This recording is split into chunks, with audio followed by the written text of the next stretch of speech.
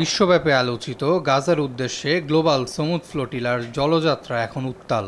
ইসরায়েলের নৌবাহিনী গত কয়েকদিন ধরে এ বহরের একাধিক জাহাজ আটক করেছে, তবে এখনও কিছু জাহাজের চলমান যাত্রা অব্যাহত রয়েছে, যার মধ্যে বাংলাদেশের প্রখ্যাত আলোকচিত্রী শহীদুল আলমও রয়েছেন। তিনি বর্তমানে কনসাস নামক একটি বড় নৌযানে অবস্থান করছেন।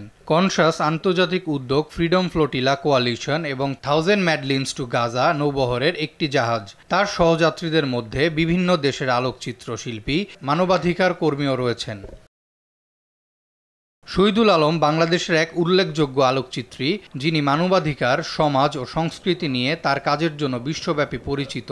তার আলোকচিত্রগুলো শুধু ছবির কাজই নয়, বরং অনেক সময় তিনি একটি রাজনৈতিক এবং সামাজিক বার্তা পৌঁছানোর জন্য ব্যবহার করেছেন। 2018 সালে ইসরায়েলি সেনাদের বিরুদ্ধে প্রতিবাদ করতে গিয়ে শহীদুল আলমকে আটক করা হয়, যা তখন বিশ্বব্যাপী এক আলোচনা সৃষ্টি করেছিল।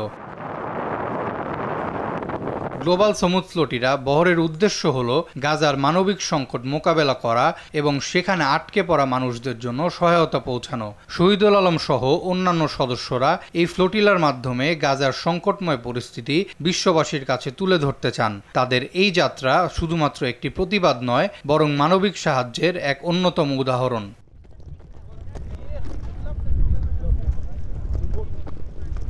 শহীদুল আলম সামাজিক মাধ্যমেও তার যাত্রা এবং বর্তমান পরিস্থিতি নিয়ে নিয়মিত আপডেট দিচ্ছেন। তার সর্বশেষ পোস্টগুলোতে গাজার অবস্থা, সেখানে চলমান সহিংসতা এবং সাধারণ মানুষের কষ্টের কথা তুলে ধরেছেন।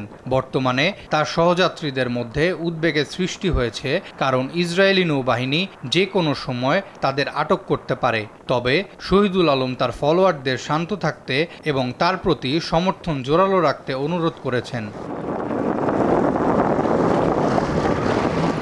বাংলাদেশের মানুষ সহ বিশ্ববাসী এখন তাকিয়ে আছে শহীদুল আলম এবং তার সহযাত্রীদের উপর। তাদের সুরক্ষা এবং যাত্রার সফলতা বিশ্ব মানবাধিকার ও গাজার পরিস্থিতির প্রতি একটি বড় বার্তা হয়ে দাঁড়াবে। আরাফাত ইয়াসার, RTV।